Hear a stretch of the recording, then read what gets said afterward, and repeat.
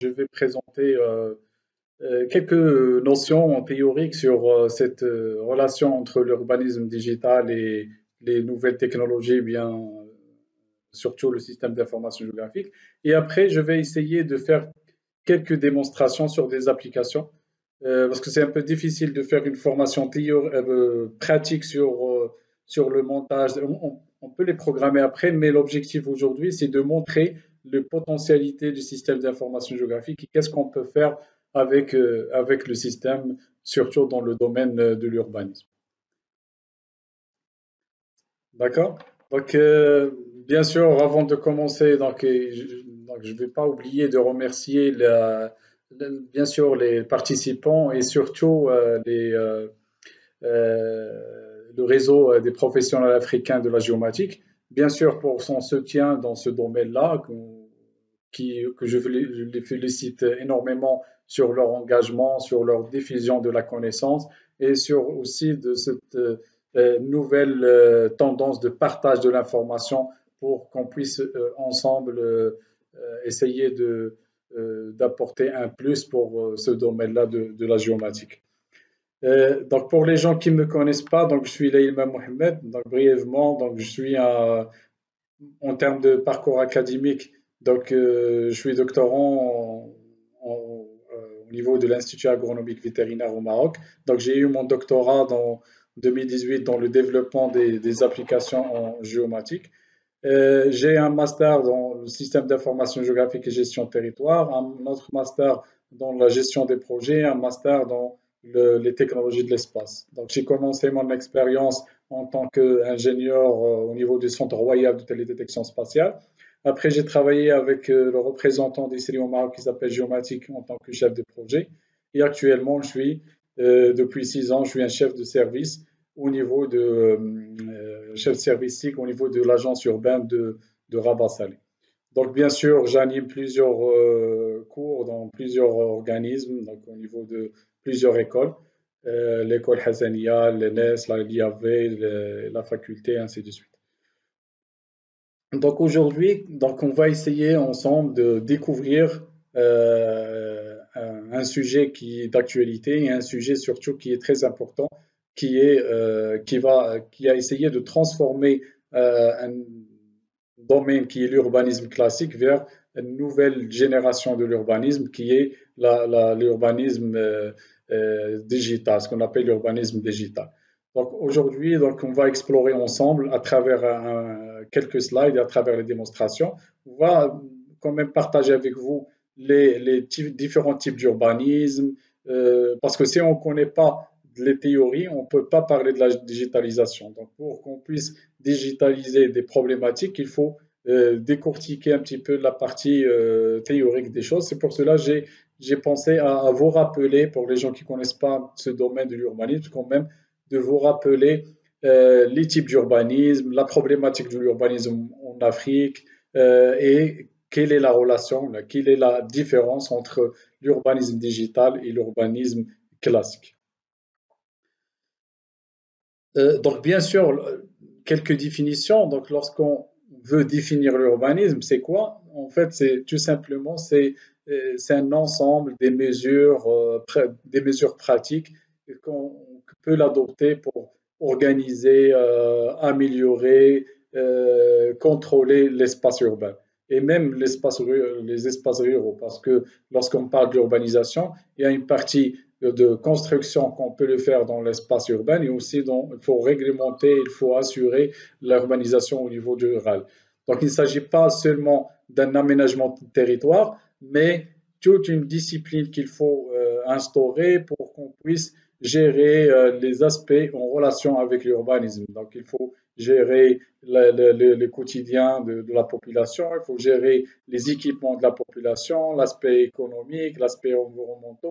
Donc, tous ces Mohamed, excuse-moi, tu peux t'approcher du micro.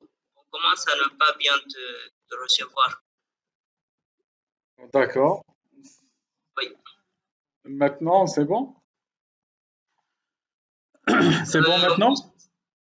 Oui, ça va mieux maintenant. Oui, c'est bon. Merci. Donc, j'ai dit que, peut-être que je vais parler un petit peu haut. Donc j'ai dit que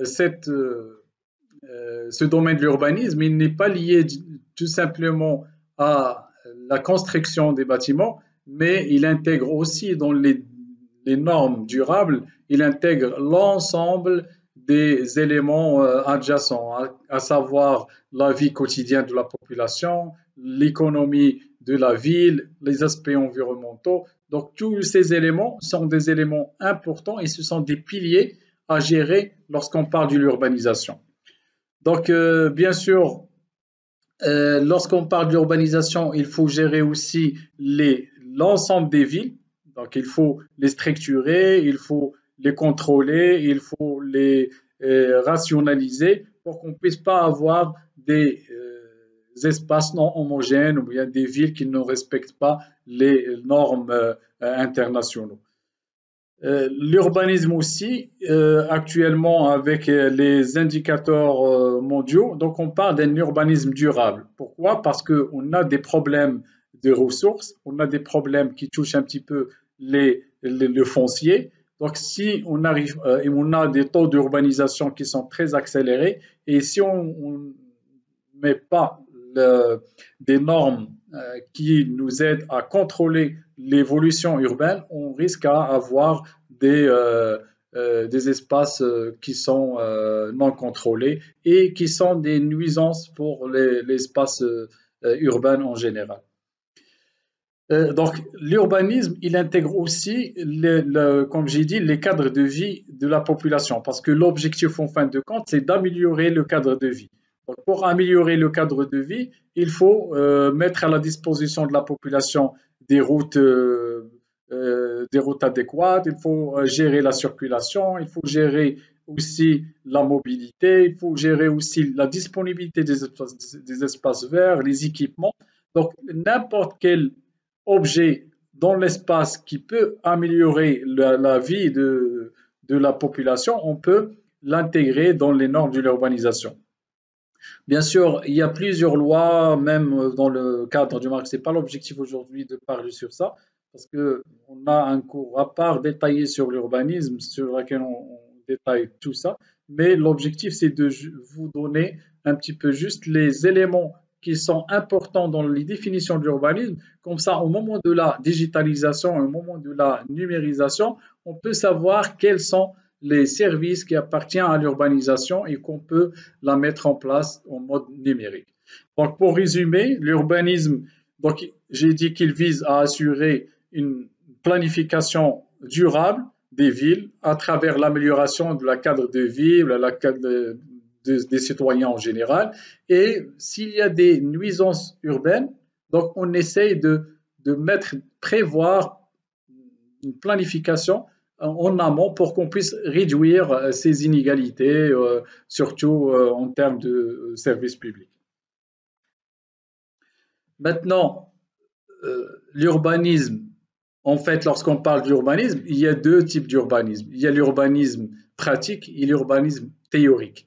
Donc l'urbanisme, il y a des spécialistes, des urbanistes, qu'on appelle des urbanistes qui prendront en charge la partie théorique de la préparation des villes, la préparation des lois, la gestion de l'historique, parce que lorsqu'on parle de l'urbanisme des villes, il faut assurer cette continuité de l'historique, cette identité des villes à travers des gens qui maîtrisent vraiment ces aspects théoriques. Donc l'urbanisme, c'est un concept un petit peu très large et multidisciplinaire. Donc on trouve plusieurs acteurs qui interviennent, on trouve comme j'ai dit, des urbanistes, des architectes, des ingénieurs, maintenant on parle des ingénieurs de ville et actuellement on parle des gens, des planificateurs et des gens qui intègrent aussi le numérique, des spécialistes en numérique dans les villes. Donc il y a plusieurs expertises très variées qui s'intègrent dans ces aspects-là.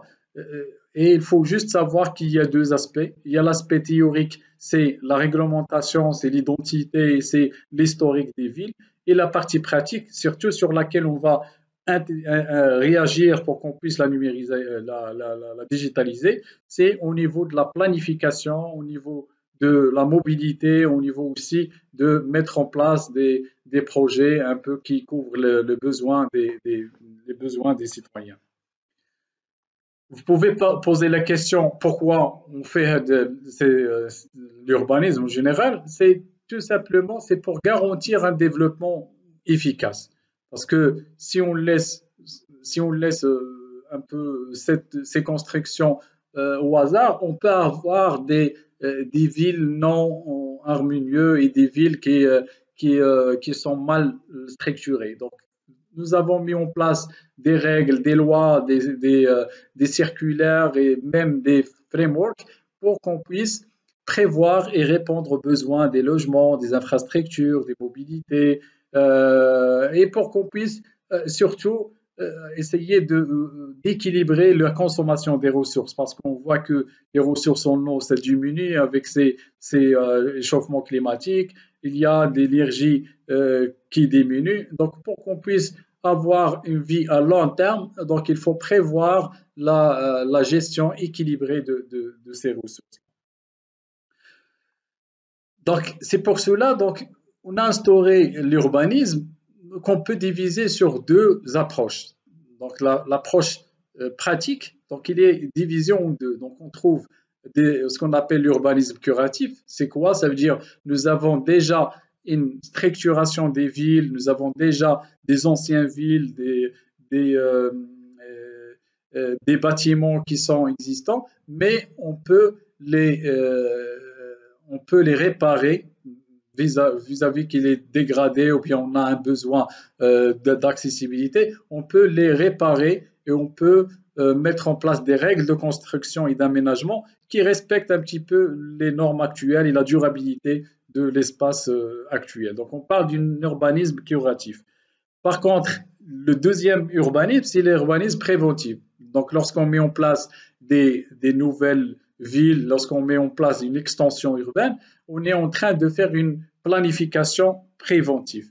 Donc, on se projette dans le futur et on essaie de mettre en place un plan de construction qui vise à anticiper les problèmes urbains pour qu'on puisse avoir un équilibre en termes d'espace vert, en termes d'équipement et en termes de projets urbains.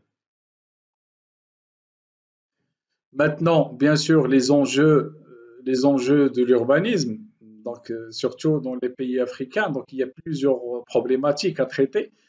Il y a le premier problème, c'est la circulation. Donc, c'est pour cela, lorsqu'on veut instaurer la partie digitale, on parle d'une mobilité intelligente, une mobilité qui intègre cette intelligence en termes de gestion de la mobilité.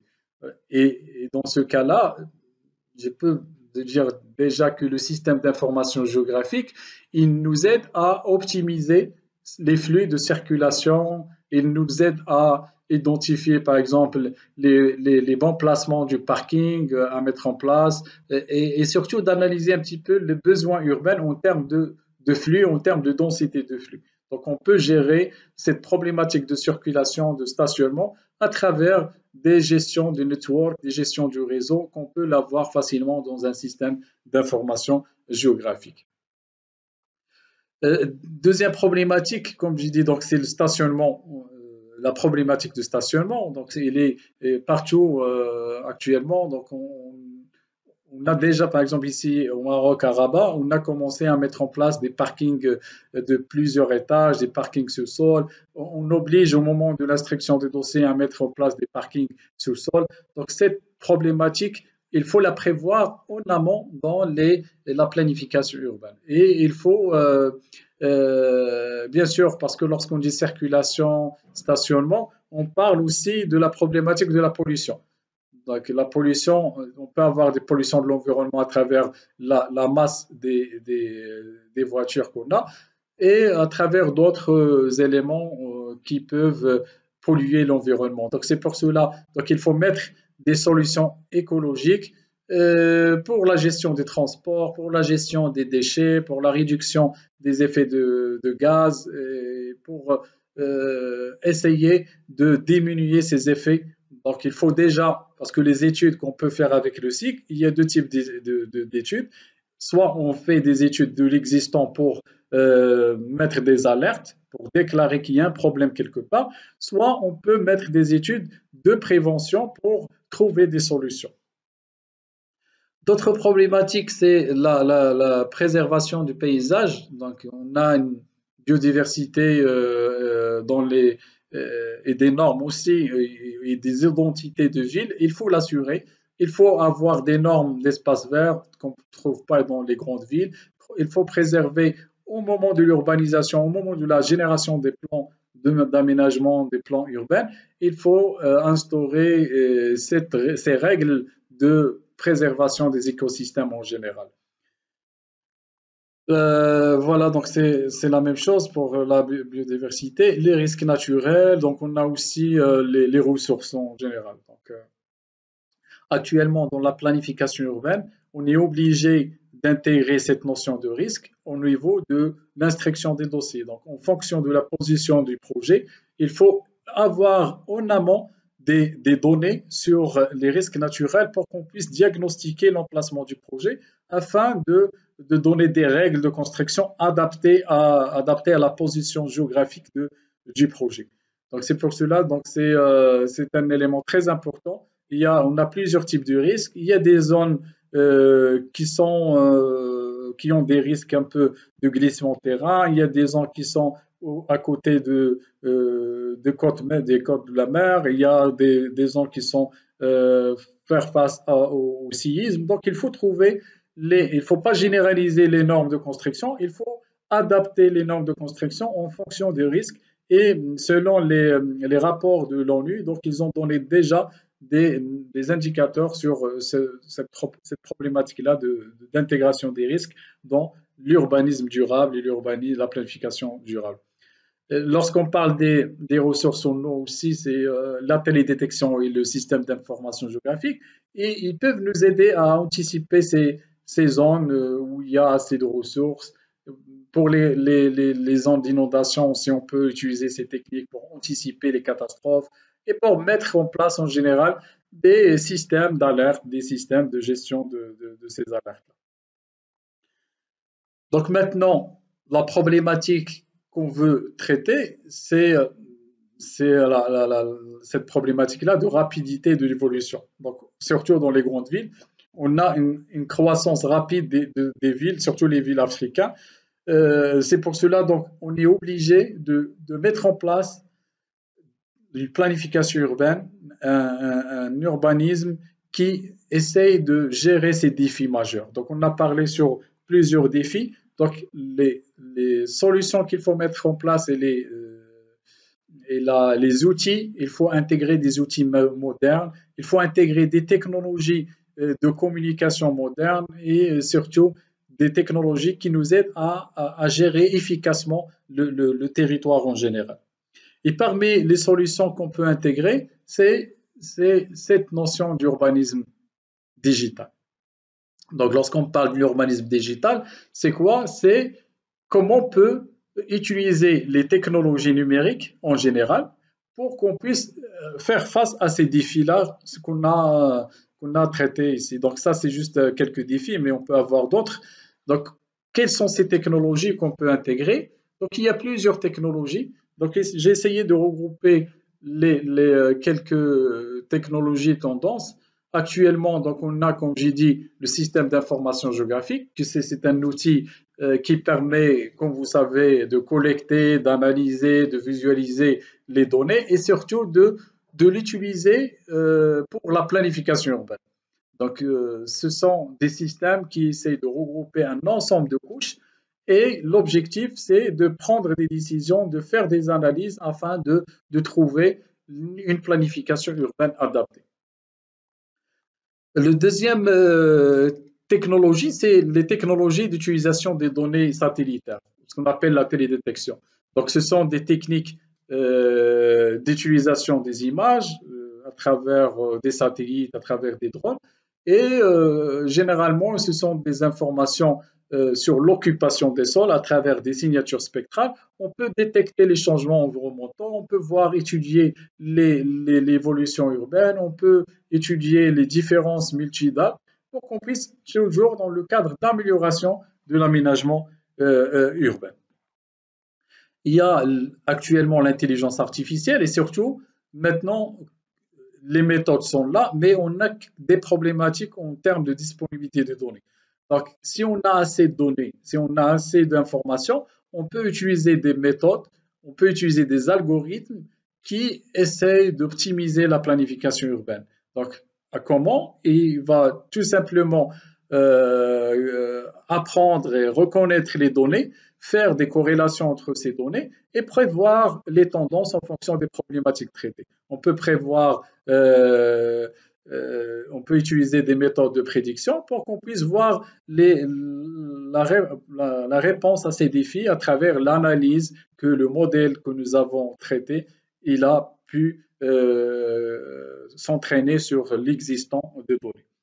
Et maintenant, lorsqu'on parle de l'intelligence artificielle et du big data, comme j'ai dit, donc on a un problème de données. On peut utiliser les données disponibles qu'on peut collecter à travers le terrain ou bien qu'on peut les récupérer à travers les images satellitaires. Mais si on a assez de ressources et si on a assez de budget, on peut parler sur les capteurs. On peut mettre en place des capteurs qui essaient de collecter l'information. Et ces informations qu'on va collecter, c'est la base du modèle de l'intelligence artificielle. Donc, c'est déjà, donc, il y a des étudiants qui ont commencé à tester ces capteurs dans la mobilité, dans l'environnement, dans les températures. Donc, on peut mettre en place un réseau, des capteurs qui sont bien sûr connectés et qui nous permettent de collecter ces données en temps réel. Donc, on peut collecter les données sur la qualité de l'air, sur la circulation, sur la consommation énergétique, sur les températures, les précipitations. On peut définir ce qu'on veut comme indicateur, comme information pour la collecter et pour la traiter dans des modèles IA.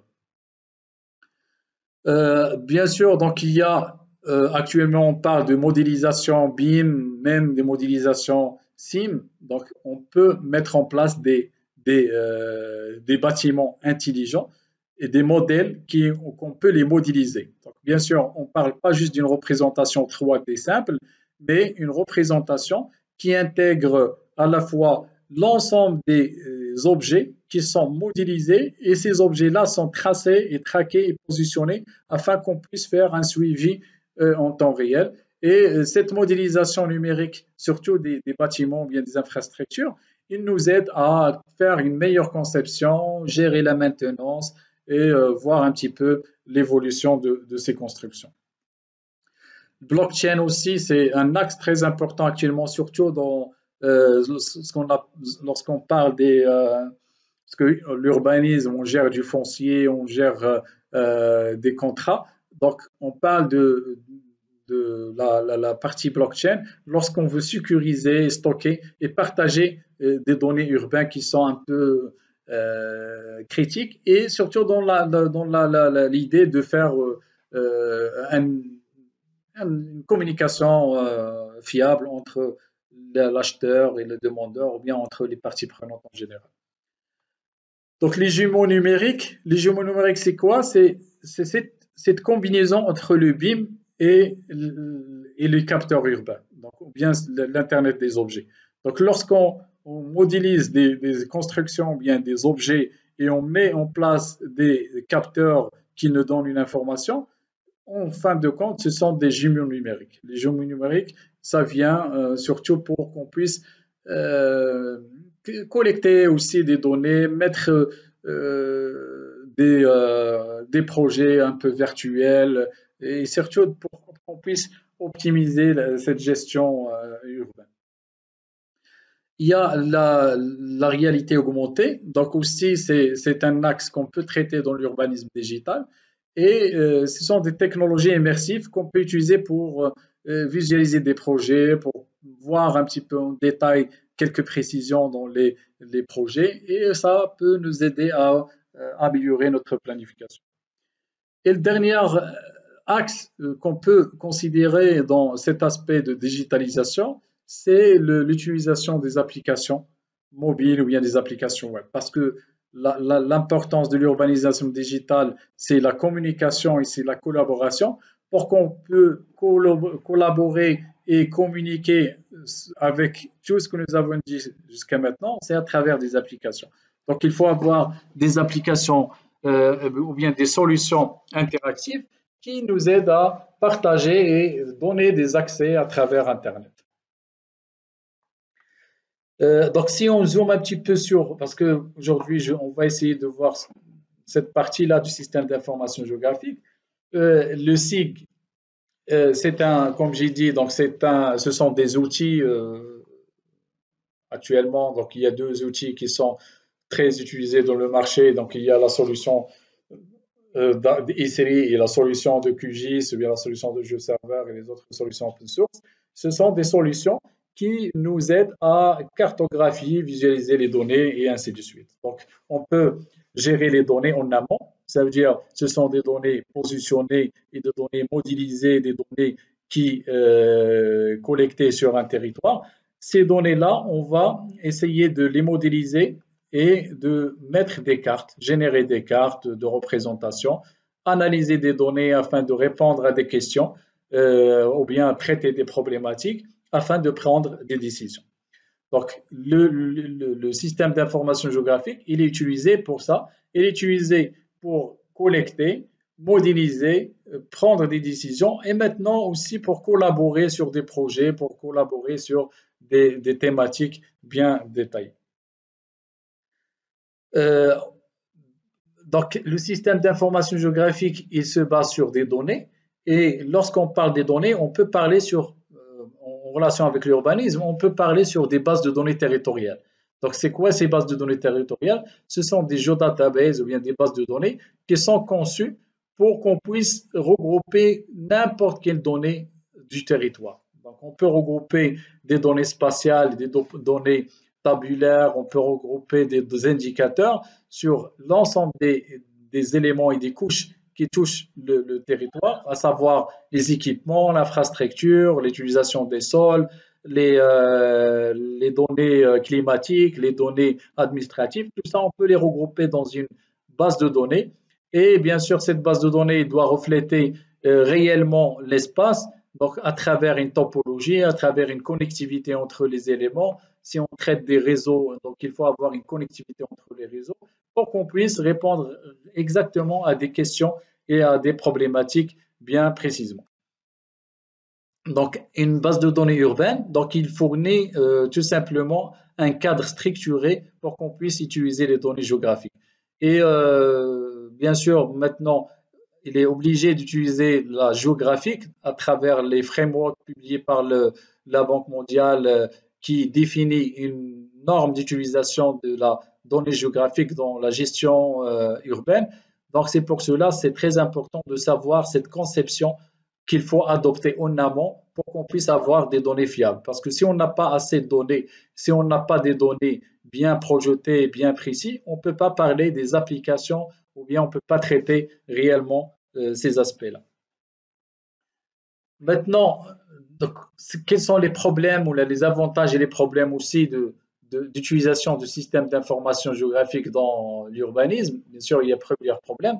La première des choses, c'est que le système d'information géographique, il a une potentialité de regrouper l'ensemble des données spatiales. Bien sûr, on peut avoir des données spatiales stockées, soit des données spatiales en temps réel à travers des capteurs. Et cette interaction entre les données, ils peuvent nous offrir, ou là, ils peuvent offrir aux urbanistes et aux décideurs des outils de planification efficace. Donc, ce sont des outils très puissants parce qu'ils nous donnent une visibilité globale du territoire et comme ça, on peut répondre à des questions dans un temps très réduit. La valeur ajoutée du système d'information géographique, c'est qu'il permet de cette visualisation interactive. On peut avoir visualisation 2D ou bien la visualisation 3D. Et cette visualisation 2D, 3D, il permet de faciliter la compréhension des enjeux territoires, voir l'impact des projets urbains, communiquer sur des projets d'aménagement, voir un petit peu comment ces projets, l'implantation de ces projets, comment ils vont être interagir avec le contexte global de la ville. Et ça, c'est important dans la gestion urbaine. et surtout dans dans l'instruction des dossiers. Parce que l'urbanisme, réellement, ça se fait? Donc, il y a même les métiers, par exemple, de l'agence urbaine, donc il est divisé en deux. Il y a une direction de la planification, il y a une direction de la gestion urbaine. Donc, la direction de la planification, qu'est-ce qu'ils font? Ils font des études et ils gèrent des plans d'aménagement. Et les plans d'aménagement, ce sont des supports. Je pense que ça, c'est la même chose pour les autres pays. Ce sont des supports homologués, ce sont des supports réglementaires qu'il faut suivre pour gérer les villes. Et ces supports-là, dès qu'ils seront homologués, on passe vers la direction de gestion qui va essayer de vérifier les dossiers déposés par les citoyens, déposés par les architectes, est-ce qu'ils sont conformes ou non par rapport à la réglementation. Donc, nous avons deux types de projets, des petits projets et des grands projets. Les petits projets, ce sont généralement R+2, et les grands projets, ce sont des projets des écoles, des équipements ou bien des projets d'investissement. Et il y a des commissions qui traitent ces plans pour voir est-ce qu'ils sont adéquats et ils sont conformes par rapport à la réglementation. Il y a aussi d'autres personnes qui font le contrôle des chantiers. Donc, en fait, si on veut modéliser les métiers de l'urbanisme, il faut modéliser et digitaliser l'aspect planification, il faut digitaliser l'aspect étude de dossier, et il faut digitaliser aussi l'aspect contrôle de chantier. Donc ça, c'est à peu près les différents types de métiers qu'on trouve dans l'urbanisme vraiment pratique. Et le système d'information géographique, qui est instauré dans la plupart des agences urbaines, et il nous aide à faire ce genre de choses. C'est l'amélioration de la prise de décision, la visualisation des données et aussi la gestion des ressources et des infrastructures. Donc le SIG, il nous aide au moment de la planification, pour les gens qui font la planification, qu'est-ce qu'ils font? Généralement, ils gèrent des zones. Ces zonages-là, la définition de ces zonages, ils doivent intégrer en amont ces ressources, l'infrastructure, l'utilisation des sols, le coefficient d'occupation des sols, les glissements, les risques en général. Donc, c'est important de l'intégrer au moment de la planification. Et aussi, dernier avantage du cycle, c'est qu'il nous donne cette partie, ce volet d'ouverture avec le citoyen. Donc, on peut communiquer avec le citoyen à travers des applications. Et ces applications-là, ce qu'on appelle, nous, c'est les géoportails. Ces géoportails-là, ce sont des géoportails qui partagent avec le citoyen soit le plan d'aménagement, soit l'enquête publique, soit les données en relation avec des projets. Et c'est important comme application de collaboration et de communication. Maintenant, pour les problèmes, donc nous avons, donc généralement j'ai mis 3 problèmes, mais on peut avoir plus. Donc on a, des fois on trouve des problèmes de disponibilité des données. Donc surtout par exemple lorsqu'on parle des risques naturels, c'est très difficile d'avoir des données sur les risques parce qu'on a plusieurs risques, on a des risques de sismiques, des risques de glissement de terrain, des risques d'inondation. Donc c'est un peu difficile de préparer ces données et d'assurer la mise à jour de ces données-là. Deuxième problème, c'est le coût. Donc c'est le coût de mettre en place des solutions. Donc généralement les administrations, bien les organisations n'ont pas assez de budget pour qu'ils mettent en place des applications sophistiquées pour mettre en place, par exemple, des capteurs, des digital twins, des solutions, des géoportails un peu sophistiqués. Ça aussi, c'est un problème. Et le dernier des choses, c'est la compétence. Donc, aussi, c'est un problème. Donc, on n'a pas vraiment des gens qui maîtrisent toutes ces disciplines-là, parce que nous avons dit que nous avons plusieurs, là, on a parlé sur plusieurs technologies, plusieurs disciplines. Donc, c'est très difficile de trouver quelqu'un qui maîtrise tout ça. Et même c'est à travers la formation, à travers l'accompagnement qu'on essaie de faire, c'est un peu difficile d'assurer cette intégration de ces compétences de ces métiers de l'urbanisme. Maintenant, donc je vais essayer de vous montrer quand même quelques applications que j'ai essayé de mettre là. Parce que je vais commencer par ça, lorsqu'on parle de la digitalisation de l'urbanisme, nous, d'après la définition ici, donc il y a une digitalisation procédurale, il y a une digitalisation pratique. La digitalisation procédurale, ça veut dire c'est le respect de la procédure de l'administration au niveau de la gestion, au niveau de la planification. Et le pratique, c'est la gestion, la mise en place des solutions qui vont aider les personnes, les architectes à prendre des décisions. En termes de procéduration, par exemple le Maroc, il a essayé de mettre en relation avec l'urbanisme deux solutions. Donc donc maintenant au niveau du Maroc, n'importe quelle instruction de dossier, il passe par cette application qui s'appelle Khas.ma. Donc soit le citoyen, le professionnel, le fonctionnaire ou le décideur, il a des comptes et à travers ces comptes-là, ils peuvent accéder pour voir ces services et pour gérer les dossiers de construction. Donc ici, un citoyen il peut créer un compte facilement, il peut voir les informations d'autorisation, les informations d'autorisation urbanistique. Donc ils ont essayé de créer un portail qui regroupe l'ensemble des données. Voilà, donc par exemple ici, je peux rentrer en temps réel et je peux savoir déjà une idée sur la densité d'instruction des dossiers, par commune, par province et par d'autres critères. Donc ici, je peux savoir, par exemple, que la région de l'orientale, nous avons 29 000 dossiers, la région du nord, on a 16 000 dossiers, et je peux bien sûr voir ces statistiques. C'est un tableau de bord qui m'informe sur cette évolution de ces demandes d'autorisation. Donc, on voit que, par exemple, la ville de Casa, la région plutôt de Casa, on a 64 000 de dossiers qui sont en cours d'instruction.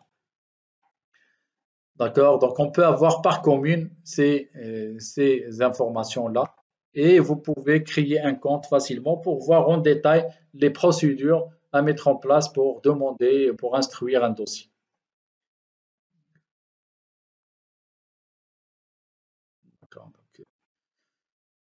Une autre application, c'est l'application de ce qu'on appelle Ta'mir. Donc ça, c'est une application aussi qui permet de mettre en place un portail qui partage trois choses. Il partage les documents d'urbanisme, n'importe quel document d'urbanisme peut le trouver.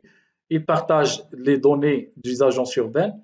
Donc on peut avoir des données des agences urbaines. Donc par exemple ici, donc je peux rentrer à une agence urbaine, je peux savoir les documents d'urbanisme et accéder au site web, voir le géoportail.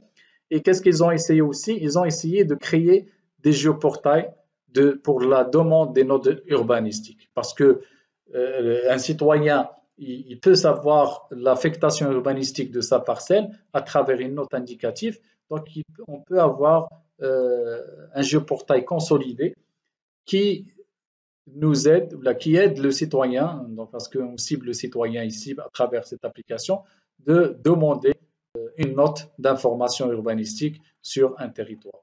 Donc, je peux zoomer sur n'importe quelle région et je peux voir les couches de données. Donc ici derrière, c'est un SIG. Donc ça, c'est un SIG libre. Donc ils ont développé à la base de SIG libre qui regroupe plusieurs couches et on peut zoomer et on peut voir la liste de ces couches. Voilà, vous voyez ici qu'il a chargé ce qu'on appelle les données du plan d'aménagement. Vous pouvez aussi l'identifier. Donc ça, après, si vous voulez, je peux partager avec vous ça. Nous, au niveau de l'agence, personnellement moi, on a développé une dizaine d'applications.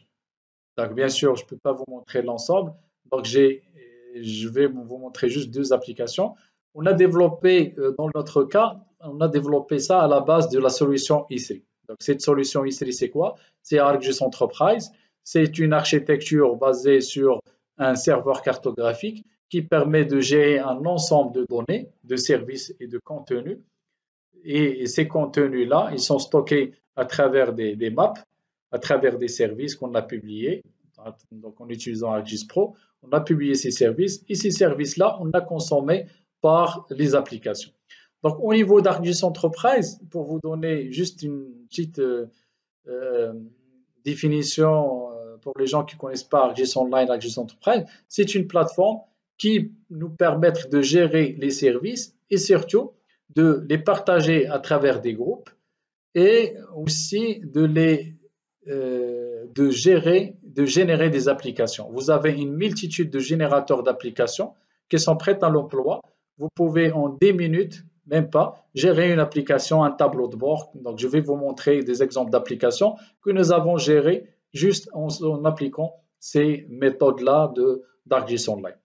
Et dans les dernières versions d'ArcGIS Online, qu'est-ce qu'ils ont ajouté? Ils ont ajouté un notebook pour utiliser Java, plutôt Python, pour la génération des modèles intelligents, des modèles d'intelligence artificielle. Vous pouvez créer votre propre notebook et générer. Donc ici, il faut créer une connexion. Avoir un crédit, créer une connexion et on peut générer un modèle de décision basé sur les modèles de l'intelligence artificielle. Donc ça c'est bien sûr on peut générer des applications 2D, des applications 3D. Tout ça il est regroupé dans un seul espace qui est l'espace collaboratif d'ArcGIS Online ou ArcGIS Enterprise. Nous, donc les deux applications que je vais vous montrer, donc nous avons généré cette application qui s'appelle Plan d'aménagement homologué. Qu'est-ce qu'il permet de faire? Il permet de partager avec le citoyen un ensemble de couches de données qui sont mis à la disposition là. Donc, nous avons mis plusieurs couches. Donc, c'est les équipements, les chemins de piétons, les parkings, les constructions. Donc, ce sont des couches qui sont structurées et qui ont donné cette carte. Et qu'est-ce qu'on peut faire avec cette carte? On donne à la main du citoyen de génération des notes urbanistiques indicatives. Donc, un citoyen, il va ajouter les bornes, donc les bornes de sa parcelle. Bien sûr, il y a des méthodes de vérification. Donc, si les coordonnées n'appartiennent pas au territoire de l'agence, ils ne vont pas ajouter. Sinon, ils vont être ajoutés.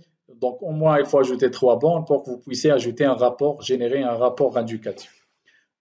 Bien sûr, ici, nous avons des statistiques, ce qu'on appelle des widgets, qui permet de naviguer, il permet de changer les fonds de carte et changer les éléments de l'application. Une deuxième application, c'est une application qui est toujours on vise avec cette application, on vise les investisseurs. Donc pour un investisseur, lorsqu'il veut investir dans la région, il suffit qu'il utilise le géoportail pour trouver quelles sont les différentes opportunités d'investissement. Donc ils peuvent investir en termes d'industrie, en termes de tourisme, en termes de commerce, en termes de bureaux. Donc il a plusieurs filtres. Et lorsqu'il va utiliser ces fonctions-là, on peut avoir directement quels sont les terrains disponibles, bien quels sont les projets disponibles pour qu'on puisse, par exemple, mettre en place des unités industrielles. Donc, les unités industrielles sont déjà préparées par les gens de la planification et elles sont disponibles juste dans ces endroits-là. On ne peut pas mettre des unités industrielles n'importe où. Donc, les planificateurs, après études et après gestion, ils ont défini ces endroits. La même chose pour les hôtels. Par exemple, si vous voulez investir dans les hôtels, on peut facilement voir quelles sont les opportunités d'investissement en termes d'hôtels. Bien sûr, nous avons mis d'autres fonctionnalités qui nous donnent une vue globale sur le territoire à travers des analyses offertes par le territoire. Donc ça, c'est une application qu'on n'a pas développée, qu'on a générée à travers les solutions de ArcGIS Enterprise. Donc ici, nous avons par exemple plusieurs indicateurs. On peut générer des diagrammes qui nous donne une idée sur l'offre territoriale. Donc ici, nous avons le tourisme, nous avons l'industrie, nous avons le commerce, les bureaux, ainsi de suite. Donc d'autres applications, donc on peut pas le partager, mais c'est un peu confidentiel. Ici, donc ce sont des applications que j'ai trouvées dans le géoportail de Living Atlas. Donc vous pouvez voir Living Atlas, donc il est libre et vous pouvez trouver pas mal, une infinité d'applications que vous pouvez voir et que vous pouvez l'utiliser. Parmi ces applications, donc il y a cette application-là qui aide les gens de la planification de l'étude à interpréter le territoire à travers des données satellitaires. Donc ici, donc, nous avons les données Landsat et on peut voir les différents indicateurs spectrales. Donc ici, c'est l'indicateur NDVI, ici c'est la vraie couleur, ici c'est l'indicateur infrarouge, le SWIR, et on peut avoir plusieurs applications d'humidité de sol pour qu'on puisse juste interpréter l'évolution urbaine. Maintenant, si on part vers d'autres applications, donc on a parlé tout à l'heure sur le BIM.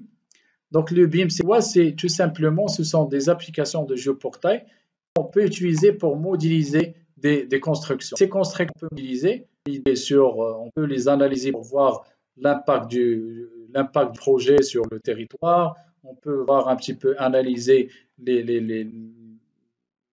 le projet en appliquant des interprétations.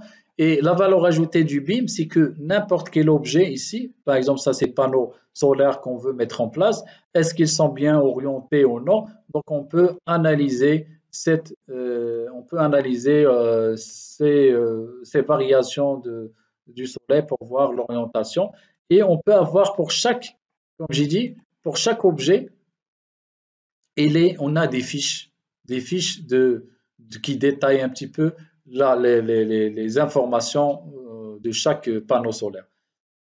On va attendre un peu pour le chargement de ces objets et on peut cliquer sur n'importe quel objet. Nous avons ici par exemple 3 panneaux avec l'ensemble des informations, la fiche, la date de mise en place, la date de maintenance.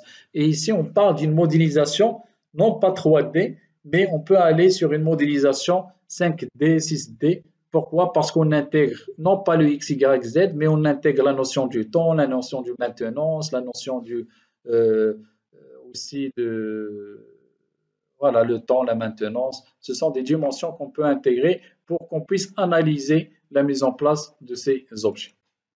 Si par exemple on veut savoir l'orientation des fenêtres, quelles sont les fenêtres les plus ensoleillées pour qu'on puisse mettre en place des capteurs de température. Donc, on peut analyser ici ces emplacements et voir les fiches de chaque fenêtre. Si on veut aller plus loin, on peut maintenant, si nous l'avons déjà vu,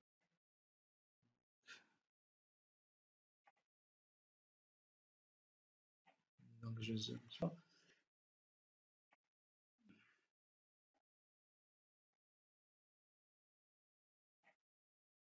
Parce que ce sont des données énormes, ça demande un peu de connexion. Je vais attendre un peu.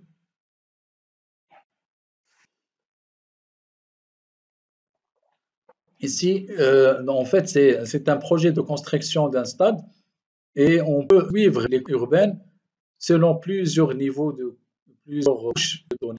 Et il peut gérer l'avancement du projet à travers ce type d'application. Donc, on peut partager avec les décideurs les avancements du projet, on peut voir en temps réel quelles sont les zones ouvertes à la construction, quelles sont les zones où il y a des problèmes de construction, quels états d'avancement et pour chaque entier. Et ça, vraiment, c'est Digital Twin. Si on a des capteurs en temps réel qui communiquent avec le décideur et qui donnent ce qu'on appelle dashboard. Donc, les dashboards, en fin de compte, ce sont des applications qui couplent entre la géographie et entre l'information partagée avec le décideur. Donc, on peut prévoir plusieurs dashboards, même nous, au niveau de l'agence, nous avons mis plusieurs dashboards qui essayent de donner une idée sur le territoire. Donc, ici, par exemple, nous avons un dashboard pour chaque zone. On peut avoir la température de surface, on peut avoir les données de population, les données de la couverture d'occupation des sols. Ici, c'est une application de gestion aussi qui couvre un petit peu plusieurs données. Donc ici, on peut voir la liste des données. Donc ici, on peut afficher les données, donc partager les données. Donc ici, c'est la densité urbaine. Donc nous avons ici, on peut mettre en place des applications de gestion de la densité urbaine pour voir un petit peu quelles sont les provinces les plus denses en termes d'urbanisme. On peut avoir cette représentation ponctuelle ou bien cette représentation par dégradation de couleurs. Voilà, donc j'ai essayé de vous montrer plusieurs applications de systèmes d'information géographique. Avant de conclure, donc, au niveau de la conclusion, quand même, on peut dire que le système d'information géographique, c'est un outil très important. Pourquoi? Parce qu'il essaye de regrouper plusieurs couches de données et il essaye de les partager à travers des applications pour qu'on puisse donner cette valeur de l'urbanisme intelligent. Donc, on peut intégrer dans des projets futurs, cette notion de big data soit à travers des données qu'on peut collecter ou bien à travers des capteurs. On peut utiliser les méthodes d'analyse intelligentes pour qu'on puisse générer automatiquement des solutions intelligentes. On peut développer des jumeaux numériques, on peut faire des simulations, on peut aussi mettre en place, générer des applications web. C'est pour cela, donc, il y a plusieurs applications du système d'information géographique qui sont regroupées. Donc, vous pouvez les collecter facilement à travers les sites d'ISRI, par exemple.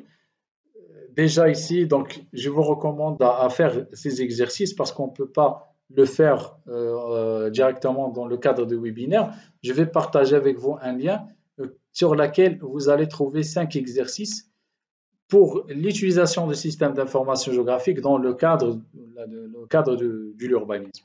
Donc ici, par exemple, la première des choses, c'est la collecte des données.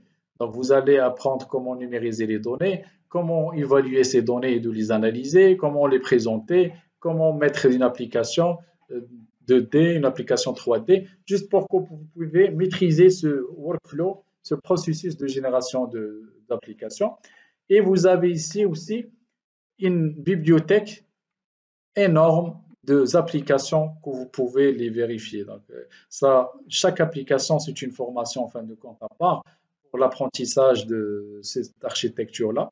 Donc, vous avez, par exemple, nous, on utilise ArcGIS Collector pour la collecte sur le terrain, on utilise ArcGIS Hub pour la génération des applications Open Data, on utilise ArcGIS Experience Builder pour la génération des applications, on utilise Survey 123, ArcGIS Survey 123 pour la génération des formulaires. Donc, il y a vraiment, si vous voulez, on peut prévoir après une formation pour l'une de ces applications, si vous voulez, bien sûr. Donc, bien sûr, pour les gens académiques et pour les gens qui font des analyses un peu poussées, ils ont aussi, dans le cadre de l'urbanisme, ils ont l'accès à la bibliothèque. Donc, il y a plusieurs bibliothèques qui sont disponibles. L'une de ces bibliothèques, c'est la bibliothèque de Google. Donc, par contre, vous pouvez, pour les gens qui ont déjà des licences d'ArcGIS, ils peuvent faire appel à la bibliothèque Living Atlas. Donc, ça, c'est une bibliothèque énorme aussi qui regroupe plusieurs données disponibles. Vous pouvez les télécharger. Il y a des données que vous pouvez les télécharger. Il y a des données que vous pouvez utiliser directement dans vos applications. Donc ici, vous pouvez facilement chercher des données. Il y a plusieurs données. Donc, si vous voulez, par exemple, satellite, tapez satellite, vous allez trouver les données MODIS, les données Sentinel, les données NOAA, les données Landsat. Donc tout ça, c'est une bibliothèque très poussée parce que ISRI, donc il veut garder quand même les utilisateurs pour ne pas aller vers Google. Donc c'est pour cela qu'il a créé cette bibliothèque d'applications. Et vous pouvez voir ici les différents types d'applications. Donc c'est un peu difficile de le voir ensemble. Par exemple, cette application-là, moi personnellement, je l'ai installée au niveau de l'agence et qui me donne une idée sur l'évolution de territoire à l'échelle mondiale. Donc, vous avez ici plusieurs zones et vous pouvez voir la carte d'occupation des sols pour voir l'évolution urbaine pour pour plusieurs dates. Donc ici, vous avez par exemple la date 2017, 2018, 2019 et vous pouvez analyser soit l'occupation des sols, soit vraiment l'imagerie satellitaire. Donc vous avez une base de données d'imagerie satellitaire disponible et une base de données de land cover.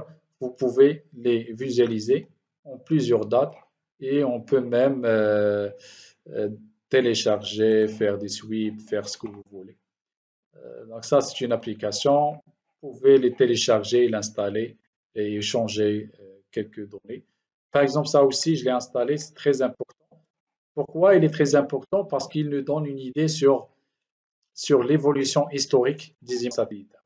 Donc, vous avez ici plusieurs dates. Donc, je peux zoomer la même chose, zoomer sur une zone africaine. Là, donc, je vais passer par exemple à Côte d'Ivoire, à Abidjan.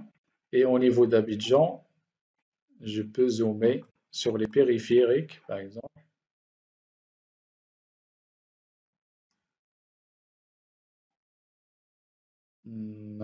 Pourquoi? Donc, normalement, ici, ils doivent afficher les dates. Voilà. Donc, il a affiché les dates. Donc, on peut voir la comparaison entre 2024 et 2014. Donc, ici, voir par exemple que toute cette forêt-là, il a été urbanisé. Entre 10 ans, on voit vraiment l'effet de l'urbanisation sur une zone. Donc, j'ai zoomé au hasard sur une zone et vous pouvez analyser pourquoi pour les gens qui travaillent, qui font de la recherche, pour voir cette, cette catastrophe. Donc, je vais voir pourquoi vraiment ils ont euh, remplacé cette forêt-là, cette partie-là, par cette. Donc, ça, c'est juste pour vous donner l'importance d'utiliser le système d'information géographique.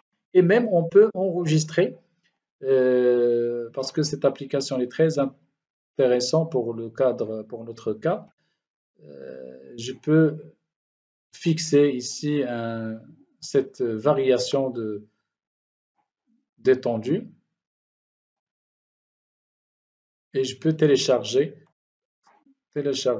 cette étendue-là verticale. Donc, je peux télécharger cette variation-là dans une MP4 et je peux l'utiliser. Donc, je vous recommande d'avoir les autres, parce qu'on n'a pas assez de temps, de voir les autres applications. Donc, moi, j'ai installé quelques applications, mais je travaille encore sur l'installation des autres. Mais ce sont des applications très importantes. Et pourquoi? Parce que j'ai dit que ce sont des applications partagées gratuitement dans Living Atlas. Pour Google, c'est un autre aspect, c'est il vous donne à travers des commandes, vous pouvez accéder aussi à plusieurs données. Donc, il suffit d'apprendre un petit peu le langage Google Earth Engine pour accéder à des images satellitaires, pour récupérer ces images satellitaires. Par exemple, ici, dans cet exemple, j'ai récupéré les données Landsat, les données Sentinel, et je l'ai intégré dans une classification, plusieurs méthodes de classification, donc Random Forest, une classification SVM, juste pour comparer un petit peu les résultats de la classification dans cette zone-là. Donc ça, c'est un cas de figure d'utilisation de méthodes intelligentes, des méthodes de traitement dans le cas de la classification. qu'est-ce qu'il reste à vous montrer? Bien sûr, il y a beaucoup de choses. Donc, je vous recommande à avoir trois choses. D'avoir le site Formatique parce que nous avons créé une communauté de systèmes d'information géographique et systèmes d'information géographique, Smart City, utilisation de l'intelligence artificielle et la télédétection. Et chaque communauté, donc nous avons des membres qui accèdent à ces communautés et ils ont déjà commencé à partager. Donc nous avons plusieurs utilisateurs qui accèdent à cette plateforme. Et si je rentre par exemple à cette plateforme, à cette communauté géo-innovateur, vous pouvez voir que les membres, par exemple, ils partagent de l'information, ils communiquent entre eux pour partager un savoir, par exemple, dans plusieurs disciplines. Donc, ils partagent de la donnée sur les UA, sur SIG, sur le SIG Web, sur les solutions. Et c'est très important.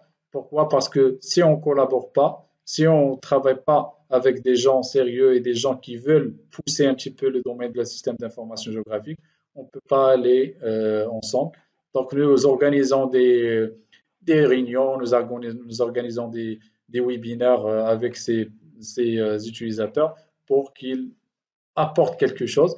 Bien sûr, il y a un espace de communication, il y a un espace de chat entre les utilisateurs. S'ils ont des questions, ils peuvent contacter directement l'un des membres.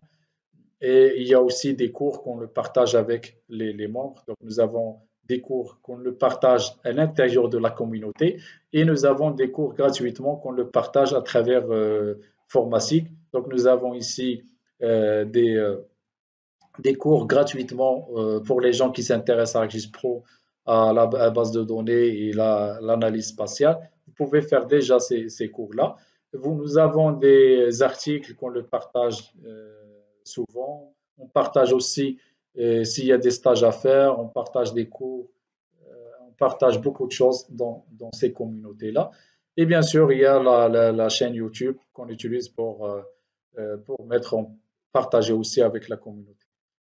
Donc voilà, donc je vous remercie énormément et j'ouvre la parole si vous avez des questions avec plaisir. Donc si vous avez des questions, donc je suis à votre disposition.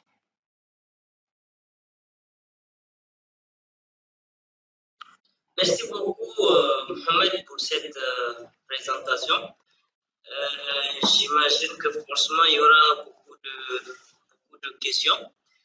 Alors, nous avons pu voir comment les plateformes digitales arrivent à être exploitées dans le domaine urbain. Et c'est justement l'une des puissances ou du potentiel des SIG parce que tout ce que nous avons vu aujourd'hui dans le domaine urbain, c'est aussi, on peut les appliquer par exemple dans d'autres domaines comme la végétation, l'agriculture, la foresterie, etc. Pour vous dire à quel point donc voilà, les SIG occupent une place importante aujourd'hui dans le développement, donc, disons, durable de notre, entre guillemets, communauté. Donc, sans plus tarder, on va ouvrir une liste donc, de questions. Donc, ceux qui ont des questions peuvent lever la main et comme ça, ils peuvent avoir la parole. Donc, allez-y, qui a des questions? S'il y a des questions, donc je vois Moussa Saleh. Moussa Saleh, tu as la parole? Ah, bon, c'est Moussa. Ok, ok. Vas-y, Moussa. Ok, en tout cas, merci pour l'organisation et la présentation, Mohamed. C'est très riche de contenu. Et pour moi, ma question, en fait, j'aimerais savoir comment on peut utiliser en fait, les technologies géomatiques, c'est-à-dire les SIG, la détection et tous les outils qui parlent avec, pour répondre à la question des changements climatiques. Donc, si je parle des changements climatiques, ça peut être dans les milieux urbains ou bien dans l'environnement en général, quoi. Donc, comment on peut utiliser ces outils-là, comment on peut les valoriser pour essayer de répondre à ces questions de changement climatique. Je ne sais pas si je me suis fait comprendre. Merci pour la question. Donc, je vais juste vous montrer une application qui, je me rappelle pas de leur nom, je pense que ça. Donc, en fait, pour vous montrer un petit peu, parce que le SIG ou bien la géomatique ou bien ce que nous avons vu jusqu'à maintenant comme outil, ce sont juste des solutions informatiques. Maintenant, pour l'adapter à votre problématique, c'est pratiquement la même chose. C'est quoi? C'est définir d'abord la problématique à traiter. Donc, une fois que vous arrivez à traiter la problématique, il faut voir quelles sont les données que vous allez intégrer et qui couvrent votre problématique. Et après, vous allez regrouper ces données dans une géodatabase et mettre en place les solutions que vous allez utiliser pour analyser ces données. Si on parle d'application de sécheresse, ici, si on veut traiter le problème de sécheresse, comment on va faire? La première chose, il faut définir quoi la sécheresse. Nous, aujourd'hui, nous avons l'urbanisme, mais pour les changements climatiques, c'est pareil. Il faut par exemple la sécheresse pour qu'il y ait une zone risque ou bien un faible risque. Une fois on intègre ces données, maintenant, il faut mettre en place des solutions de communication sur vos résultats. Le plus difficile, c'est de trouver un mécanisme qui va répondre, qui va nous donner cette prévision-là. Donc, c'est ça le rôle des chercheurs. Donc, ils sont en train de tester, de voir des modèles, de voir des modèles, soit des modèles linéaires, soit des modèles statistiques, soit avec des modèles basés sur l'intelligence artificielle. Et ces trois modèles, qu'est-ce qu'ils vont faire? Ils vont tout simplement regrouper ces données et nous donner un résultat qu'on va la consommer. Et c'est quoi ce résultat-là? C'est la position de votre risque. Si vous traitez le cas de la sécheresse, c'est le risque de sécheresse. Si vous traitez le cas de, par exemple, nous, dans notre thèse, qu'est-ce que nous avons développé comme modèle d'analyse SIG? Nous avons développé un modèle de prévision des déplacements des criquets. Donc, le criquet, c'est quoi? C'est des insectes qui se déplacent dans l'Afrique, mais pour qu'on puisse mettre en place vraiment, parce que c'est très difficile de couvrir toute l'Afrique. Donc, il faut mobiliser des gens qui vont aller directement vers les zones les plus risquées. Et pour qu'on puisse trouver ces zones les plus risquées à une échelle très large telle que l'Afrique, c'est très difficile. Donc, nous, qu'est-ce que nous avons fait? Bien sûr, avec la Banque mondiale et avec le Centre royal de télédétection et le Centre acridien, nous avons tout d'abord, j'ai passé presque un mois dans le laboratoire pour comprendre juste le cycle de vie du criquet pèlerin. Une fois que j'ai compris le cycle de vie et j'ai identifié quels sont les paramètres qui rentrent en jeu et que les criquets le favorisent pour qu'il se développe, j'ai essayé de trouver des données satellitaires sur lesquelles on peut représenter ces variables. Par exemple, j'ai trouvé que le criquet il préfère une telle température, il préfère une telle végétation, il préfère un tel type de sol, direction du vent. Donc, tous ces paramètres, je les modélisés, j'ai défini les paramètres et ces paramètres-là, je les intégrés dans un modèle statistique. Donc, j'ai utilisé plusieurs modèles et je les comparais pour voir le meilleur modèle. Et une fois que j'ai identifié le meilleur modèle, je l'ai utilisé pour générer des cartes de prédiction. Et ces cartes de prédiction, vous pouvez, vous pouvez le voir, prédiction, criquet, donc, ce sont des articles que nous avons déjà partagés dans dans les revues. Vous pouvez voir les résultats finaux des cartes qui nous donnent vraiment l'emplacement, une probabilité, parce que c'est des modèles statistiques, on a une probabilité d'avoir le risque et comme ça, on peut diriger. Voilà, donc ça c'est, on peut diriger par exemple ici, chaque semaine on génère un résultat. Par exemple cette semaine, donc les gens ils vont aller directement vers cette zone le plus probable. La semaine d'après, au lieu d'aller en mode au hasard, parce qu'avant, donc ils balayent l'ensemble des données en fonction des réclamations, mais à travers ces outils, ils vont aller directement vers ces zones pour diagnostiquer et pour traiter. La même chose ici, donc nous avons des points Donc, nous avons une carte de sécheresse.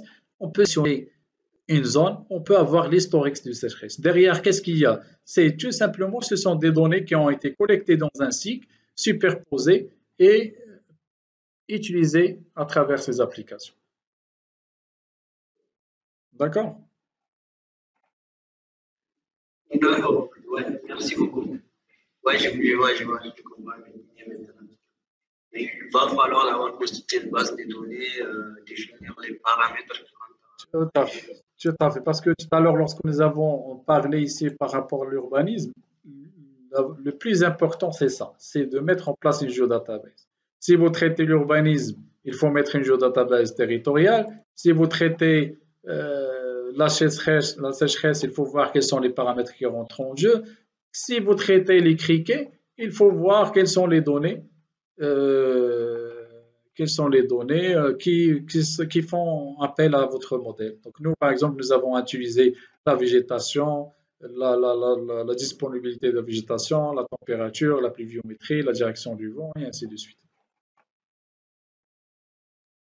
Parfait. Merci. Merci beaucoup, Mohamed. Donc, je pense qu'on va passer à Moussasso. Ouais. Moussa, si tu me reçois. Oui, docteur Mansour, je te reçois très bien. Merci beaucoup. Et je remercie Mohamed Layelman pour sa disponibilité. Je pense que ça fait un moment qu'on est en train de travailler avec lui, mais il nous donne satisfaction et une très grande disponibilité et une générosité dans le partage de la science. Et ça, c'est des choses qui sont à féliciter. Surtout dans le contexte africain où on a une technologie qui doit être partagée pour permettre à tous les pays, à tous les jeunes qui sont en formation de pouvoir en bénéficier. Docteur Mansour, merci beaucoup aussi d'avoir accepté de modérer cette activité. Je pense, vu le calendrier très chargé que tu as, c'est assez sympathique pour toi d'accepter d'être là. Et soyez-en tous remerciés. Je pense Dr Mohamed a eu à montrer aujourd'hui cette possibilité, parce qu'on a tout le temps fait de l'urbanisme, mais on a surtout fait de l'urbanisme analogique où on a aidé à produire des cartes et on n'avait pas cet aspect de suivi à temps réel de ce qui est en train de se passer au niveau des territoires. Et je pense qu'aujourd'hui, à travers cet urbanisme digital, c'est cette possibilité-là qu'on a. C'est cette possibilité de pouvoir aujourd'hui travailler déjà à plusieurs sur un seul projet, parce qu'on a peut-être une base de données à partir de laquelle chacun a un accès, mais aussi on a cette possibilité de pouvoir faire un suivi en temps réel des différentes évolutions. Et je pense ce qu'il y a à comprendre, c'est le principe. C'est le principe. On a quelqu'un qui a posé la question, à savoir le suivi par rapport à l'application dans le domaine des changements climatiques. Mais le principe, c'est la technologie qui a été utilisée. Et cette technologie, dès qu'on la maîtrise, je pense, à travers cette présentation, on a tous les autres champs dans lesquels on peut les appliquer. Peut-être ce sera d'autres normes qui seront utilisées, mais la technologie, elle est identique. C'est les mêmes process qui seront utilisés. La seule question que je peux avoir pour lui, c'est qu'on a vu, il nous a présenté des plateformes à partir desquelles on peut faire de l'urbanisme digital, on peut, comme ArcGIS et tout ça. Moi, c'est peut-être une question assez tendancieuse de demander est-ce qu'il y a des plateformes open source qui permettraient de faire la même chose qu'il nous a présenté? Merci beaucoup. Merci beaucoup, c'est Moussa, pour cette intervention. Donc, avec plaisir, moi aussi, je suis disponible. Je suis disponible à travers la communauté. Donc, c'est pour cela, c'est parce que, en fait, lorsqu'on parle de ces domaines, même au niveau de la présentation, comme j'ai dit tout à l'heure, c'est très difficile de maîtriser tous ces ensembles. Mais si on collabore, on peut avancer ensemble.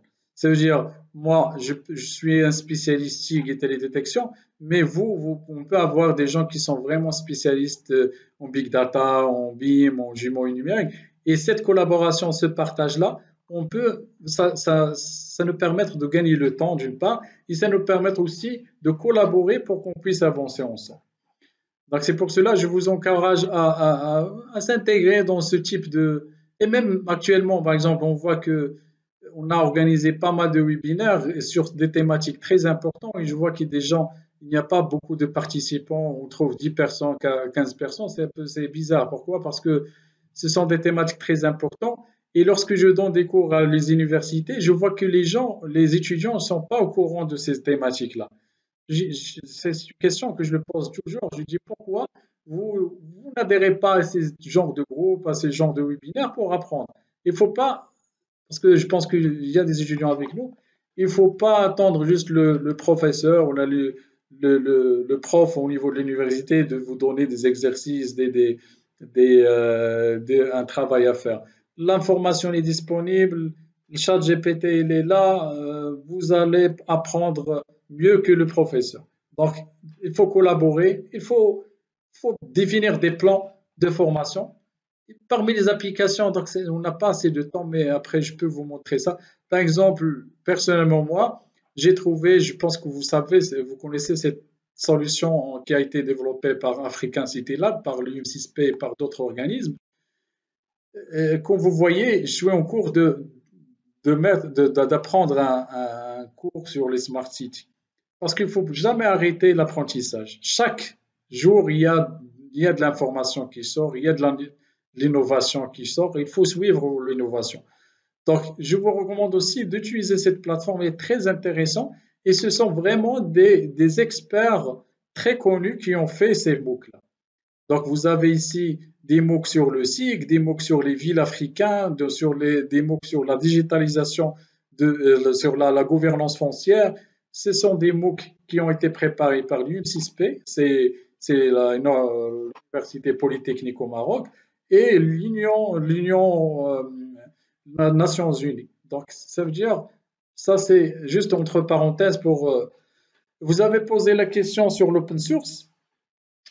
Bien sûr, oui. Donc, l'open source, si je vous montrais une application open source pour vous montrer agence, parce qu'il y a l'agence aquaculture qui vont aquaculture Maroc, qui ont développé un jeu portail basé sur l'open source. Et vraiment, moi, je l'ai aimé parce que avant, moi, je travaille beaucoup avec les solutions ISRI et j'ai cru qu'on ne peut pas avec l'open source. Je sais qu'il y a des API, il y a des solutions open source sur lesquelles on peut développer des applications. Mais lorsque j'ai vu cette solution-là, vraiment, il est où? Mac open source, stratégie, publication. C'est accéder au jeu portail. Voilà. Donc ça, parce que si on voit le résultat final, on peut dire est-ce qu'on peut développer ou non un jeu portail ou des solutions avancées. Bien sûr, ISRI, il est très poussé. Pourquoi? Parce qu'il nous donne, pour quelqu'un qui travaille dans une administration, il n'a pas assez de temps pour rester, pour développer l'application. Et pour les étudiants, pour qu'ils puissent apprendre, comme nous avons dit, ce contrainte de budget, et bien sûr, ISRI, il donne des licences gratuitement aux étudiants, mais ça n'empêche pas de maîtriser aussi des solutions open source. Donc, par exemple, ici, ça, c'est une solution qui a été développée sur GeoServer et qui donne vraiment, ici, c'est une application, il a pour rôle de partager un petit peu les parcelles d'aquaculture qui sont libres, qui sont réservées. Et on peut avoir ici, on peut avoir des filtres, on peut zoomer sur des couches, on peut faire les manipulations de SIG. Donc les manipulations de SIG les plus connues. Donc ils sont mis en place. Maintenant, pour la sécurité, ça, c'est important. La sécurité des données, des serveurs open comme ça, c'est un peu difficile de les sécuriser. Donc, c'est pour cela qu'il faut bien travailler sur l'aspect sécuritaire des données. C'est pas comme ISRI. ISRI, à travers leur géoportail, vraiment, il a intégré l'ensemble des normes de sécurité. Et c'est pour cela, lorsqu'on veut partager des données dans des applications au niveau administratif, si on n'a pas vraiment des normes de sécurité connues à l'échelle mondiale, on ne peut pas partager ces données. Donc ici, ISRI, il est très fort en termes de sécurité. Donc on peut définir plusieurs règles de sécurité. Pour la partie open, il faut mettre ça dans le code, il faut travailler beaucoup dans l'architecture, dans l'infrastructure, il faut bien sécuriser la donnée. Mais je pense en termes de fonctionnalité, si quelqu'un, un développeur, il maîtrise bien les aspects de développement, il peut faire des applications de ce genre assez facilement. D'accord? Ah ouais, merci beaucoup. Merci beaucoup. Dr Mansour, tu as la parole. Merci beaucoup, merci Lehman. Je pense qu'on a aussi Daouda qui a levé la main, mais avant d'arriver à Daouda, j'aimerais aussi poser une petite question par rapport au suivi en temps réel, donc de l'exemple du stade là que tu avais montré, Mohamed Lehman. Donc, je pense que lors de la construction du grand théâtre donc de Rabat, on avait participé aussi qui consistait d'abord à aller scanner les zones qui sont nouvellement construites et ensuite les modéliser, les ajouter dans la plateforme qui sera ensuite accessible aux décideurs pour la visualisation. Donc, j'aimerais savoir si c'est le même principe qui a été utilisé pour le stade ou bien c'est d'autres manières qui ont été utilisées. C'est pratiquement la même chose. Maintenant, c'est l'organisation qui est différente. L'organisation, vous avez vous-même utilisé des caméras de collecter ces données, mais si vous utilisez des lasers 3D pour collecter les données, mais ce sont des données qui ne sont pas dynamiques. Donc, ça veut dire que ce sont des données qui sont scannées, collectées et archivées. Non, pour le cas du stade, dans le cas du stade, je pense qu'il est où?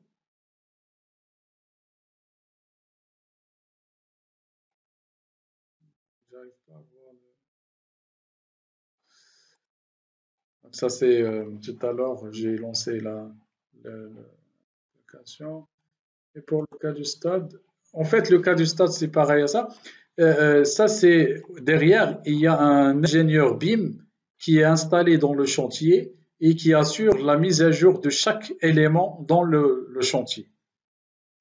Parce que dans un projet énorme tel que le stade, tel que cette construction, nous avons plusieurs intervenants et nous avons bien sûr le propriétaire.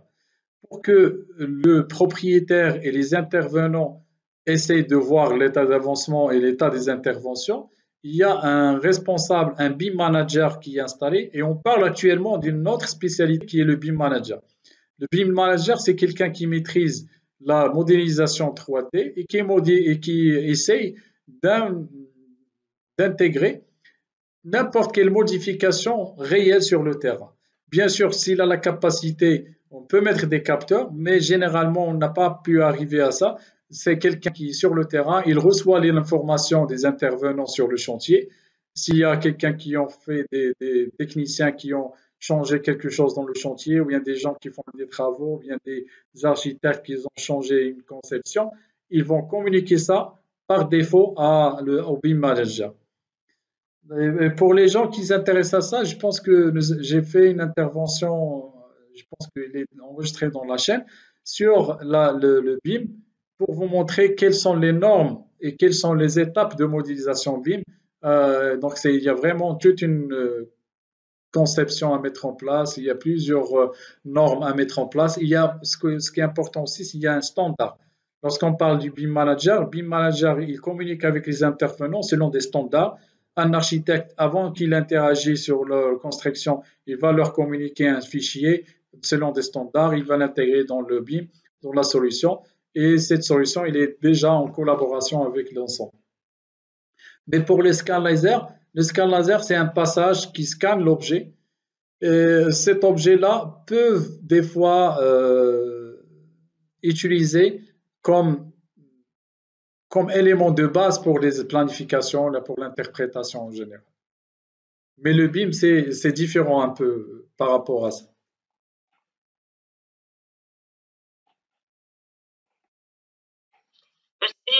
Merci Mohamed Leman. Donc, je pense qu'on va Bien passer sûr, aussi. docteur Mansour, toi aussi, vous êtes un expert si vous avez des choses à ajouter.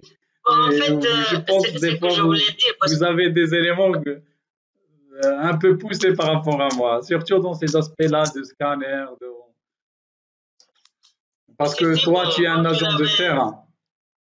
comme tu l'avais déjà expliqué, bon, c'est que voilà, c'est des approches différentes. Mais je pense qu'en 2018, 2019, c'était pratiquement la même procédure que nous avons utilisée avec GeoCoding, qui est actuellement en GeoBIM. Donc, l'idée, c'est d'aller scanner la partie construite, ensuite modéliser, et il y a bien sûr un BIM manager qu'on envoie les données pour l'ajouter dans une plateforme web que les autres aussi intervenants puissent accéder. Donc, c'est que l'approche qui est différente, mais bon, c'est